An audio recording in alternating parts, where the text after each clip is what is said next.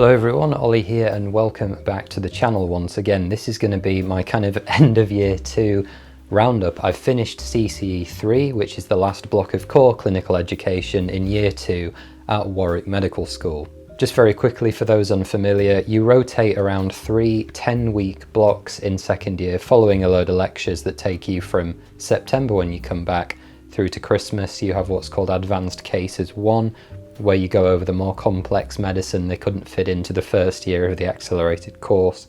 Then from January right the way through to August, you are on full-time clinical placement at one of the 3 main hospital partnership trusts. I spent my first 10-week block doing general and orthopaedic surgery at George Eliot Hospital in Nuneaton. The previous block was cardiorespiratory, and that was at University Hospital Coventry and Warwickshire, which is where I've stayed for CCE 3, where I've been spending time in dermatology and oncology. Now, you're not confined to just derm and oncology, because in this block it's kind of the rest of internal medicine that isn't covered by orthopedic and general surgery and cardiorespiratory. It's everything else. So I was assigned a dermatologist who specialises in kind of genital dermatology presentations. Our other assigned consultant was a gynae oncologist. So I'm just going to go through some of the things that have happened since my last kind of main update video and talk about what comes next, because there's something pretty big. Now, I think this must have happened, although I'm not sure, kind of between CCE 2 and CCE 3 was our kind of halfway through the course awards ceremony. Isn't that terrifying? I started the course in September 2017. We're now August 2019, and we are more than halfway through our medical degrees, halfway towards being doctors. That is absolutely horrifying. So what this was just a kind of jokey, celebratory evening. It was all just at the medical school, brought a few drinks in, and you could vote on a series of award categories for different people. So there were categories like funniest person in the year, or like overachievers, things like that. Most likely to get struck off, most likely to be a GP. It was just quite a funny evening. I actually came home with 2 awards that night, one of which I was much happier about than the other. But the first one is this one. This is just my kind of portfolio here, but most keen. I don't feel incredibly keen, and I think the 2 of us that were eventually, we tied, actually 2 of us, me and my colleague Theo. So what we ended up doing was going down to the front of the lecture hall, and we did rock, paper, scissors to see who would get it. So most keen, and then the other one that I came home with was this one, which would help if it would stay upright. It was voted most likely to be a neurosurgeon, which fingers crossed will happen, but we'll see. And thankfully they've kind of dried off now, but on our way out, had my 2 certificates, put them down. My friend Faro had come up to say hi, give me a hug. She immediately knocked over a beer onto both my certificates, completely soaking them both. So thank you, Fez, you waste of oxygen. We'll return to that portfolio in a little bit, but the next kind of major thing is we've had our medic ball. So the summer ball was lovely, really well organised by MedSoc, who are the main kind of administrative society within the medical school. And that was at a really nice hotel in Kenilworth. It was just a chance for everyone to get dressed up, kind of unwind a little bit, have too much to drink, and have some really nice food. We've also moved house as well. That's quite a big thing. So in first year I lived in Leamington Spa to attend the medical school kind of full-time, which was a bit of a commute, or at least further away than living in Coventry. We then, for second year, or most of second year, moved to Finham, which is an area in kind of the south end of Cov. And then now, obviously you can see different background for the last few videos. We're now living in Earlsdon, which is a very kind of studenty area of inner city Coventry. I'm really enjoying it so far. It's a really nice house. We did have a bit of a nightmare moving in. There was a lot of stuff that needed to be fixed and kind of dealt with by the estate agents, but it's a nice place to be. It's much closer to like food shopping and the hospital and the medical school and just things like that. It's a good middle ground area to live in, and I think that's why a lot of medical students live here. And we bought plants. I've got my 2 lovely bromeliads behind me, which I managed to not kill, and there's just a lot more light in here. It's a lot more spacious, which has made recording videos a lot easier. In terms of my placement, I've spent most of the time in dermatology. So my dermatology consultant has been absolutely excellent. Really, really good knowing what sign-offs we need, things like that, so you have to get... I very wrongly kind of dismissed dermatology as a really uninteresting kind of pedestrian specialty, but it isn't. I've genuinely really enjoyed my time in it. You see a lot of different weird presentations, and it's very much kind of a skill of its own, I think, in distinguishing all the different types of skin lesions and lumps and rashes and things like that. Just to give an illustrative example of kind of how good my consultant's been, we had a really good careers talk, and he was trying to convince me to do dermatology, which I was kind of like, I don't think it's for me. I've really enjoyed it, but I don't think ultimately it's what I want to do. And then he tried to convince me to do pathology just because there's not that many of them and it's an in-demand specialty. Again, it's like, maybe not. And so anyway, we got onto the topic of me wanting to do surgery, and he said, oh, well, you know, I know you need to publish a lot. We've got some projects that we can have you and your clinical partner do, and that will really help with your job applications. Because that's something that's probably worth knowing about medical specialty applications. A lot of the things that they ask for, whether it's prizes or research, essays, things like that, they're usually not specialty specific. So you could go and do an audit in dermatology, and that would be as valid for an application in cardiothoracic surgery as anything else. I think a lot of it is just being able to demonstrate that you understand the process. So then obviously I have to think kind of reflectively and think, what have I been doing extracurricular wise this year, which is where things like this come in. We obviously ran the MMI day for kind of non-traditional medical applicants or disadvantaged background students to get them in. We'll be running that again this year. Did the Royal College of Surgeons Surgical Skills for Students course in Manchester, which was excellent. Been doing a lot with the Surgical Society, so I served as one of the publicity officers for this year. We ran the West Midlands Surgical Symposium. I was very lucky and attended an ATLS, so Advanced Trauma Life Support course, which is mandatory for a lot of surgical and some medical specialties. So we were able to follow the cohort that were getting revalidated through the day. You get a certificate for that.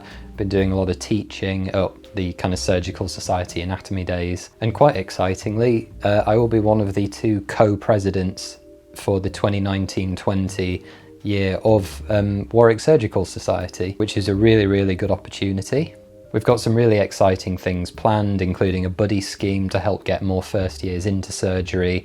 And my personal focus is I'm going to be taking quite a close look at the anatomy days, how we run them for the first years, and how we can really make those have as maximal an impact as possible. I think there's something that we're really proud of as a society, so I'm really looking forward to the things we're going to be able to do this year. I've done a couple of audits at UKCAT while I've been there, both in neurosurgery. So the first one I did was looking at the outcomes of cauda equina surgery, which actually has really quite depressingly bad outcomes. So that's cord compression of the lower spinal cord, but it's a neurosurgical emergency, causes things like paresthesia, tingling of the lower legs, urinary incontinence. And the outcomes are really not good, and that's not anything to do with the surgeons that have done these ops. It's just that the outcomes for that kind of surgery in general don't seem to be that good. Then the second and the much larger audit that I've been very lucky to be part of is a national one that's looking at infection rates post-insertion of extraventricular drains into the brain. So I did a lot of the data gathering and analysis. In fact, I did all the analysis. So that was under supervision of 2 of the neurosurgical registrars at the hospital. And in the next cycle, I think we're going to run it for 6 months, and I should be leading that audit after we've made some improvements. And we can re-audit the results, and that should close the loop on the audit, which is a really good thing to be involved in. But why am I talking about all this stuff? It's because we've actually had our kind of jobs talk. In a little over a year from now, we're actually going to be applying for our jobs as foundation doctors. How terrifying is that? These are going to be our first paid jobs working as doctors within the NHS. So it's a case of thinking where in the country you might want to work and the sorts of jobs you might want to do. You can tailor to some degree the sorts of jobs that you do in your foundation rotations. Because in F1, your first year, you do 3 4-month rotations and then another 3 4-month rotations in F2. And after those 2 years, You can either go into core medical training, core surgical training, go straight into a specialty that has a run-through training program, something like neurosurgery is run through, or you could go into GP training, or just leave and go to Australia. Personally speaking, I'm hoping to apply for the academic foundation program. They're a slightly different kettle of fish than the standard FY1 and FY2, but the main thrust is they tend to have some degree of research or education or leadership kind of placement attached to them. And they're probably a good idea if you want a more academic career, which is something that I think I want. I'm very keen on research and teaching. And for people who aren't necessarily super smart but are a bit gobby and can talk reasonably well in an interview, which I think is the category I fall into, I think they tend to suit those candidates very well. Which brings me to exams in 4 weeks. It's this upcoming set of exams that determine my ranking, as it's called, within the year, how well I perform on my medical degree relative to everyone else that's in my year. Basically, they take the first year exam results, the second year exam results, squish them together, and then they divide them into 10. The top 10% get maximal ranking points for job applications, the next 10% get one less, the next 10% get one less, and so on. So 4 weeks today, actually, I sit my ranking exams, which is absolutely horrifying, so I don't feel like I know anything. But what I've done is I've made a list of all the lectures, all the seminars, all the clinical skills, all the workshops, everything we've done, condensed them all onto these two very full sides of A4. I've got all my Anki decks, so basically big flashcard decks made. I wanted them done 6 weeks before the exams, which I just about did. And it's just a case of me spending every day for the next 4 weeks relentlessly doing flashcards and testing myself. I have organised everything by system of the body, because you're not taught everything kind of together, you're taught very sporadically, and there's a list of presentations, things like the acute abdomen, shortness of breath, headaches and confusion, things like that, as well as a load of lectures that we did before Christmas. And you can be tested on pretty much anything that you've done up to now, which is horrifying. So I've got my list, I've got all my flashcard decks, and I'm using two really good books. So I've got Zero to Finals, here by Dr. Thomas Watchman, I think that's right. Now, because Warwick's a grad entry course, its learning objectives don't map super well to traditional undergrad preclinical clinical finals, because our year 2 exams are somewhere in between preclinical and finals. So I'm using Zero to Finals for the bulk of my reading knowledge, then this complete SAQ study guide, which is a really good short answer question book. And on top of that, I'm using the BMJ on examination question bank for year 2 to 3 exams. And I'm finding that question bank really, really useful, because it identifies areas you're not so good at and gives you key learning points to take away. And a lot of the questions on particular themes I can actually add to my flashcard deck, and they're really helpful when thinking about the clinical exams as well, of which we have 15 all on one day on the 9th of September, which is going to be a lot. But I realise I've been talking for a very, very long time.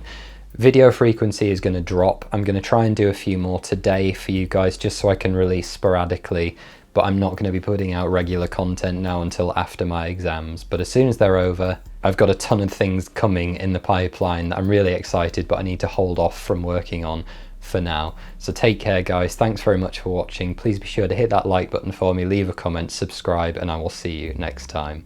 Bye-bye.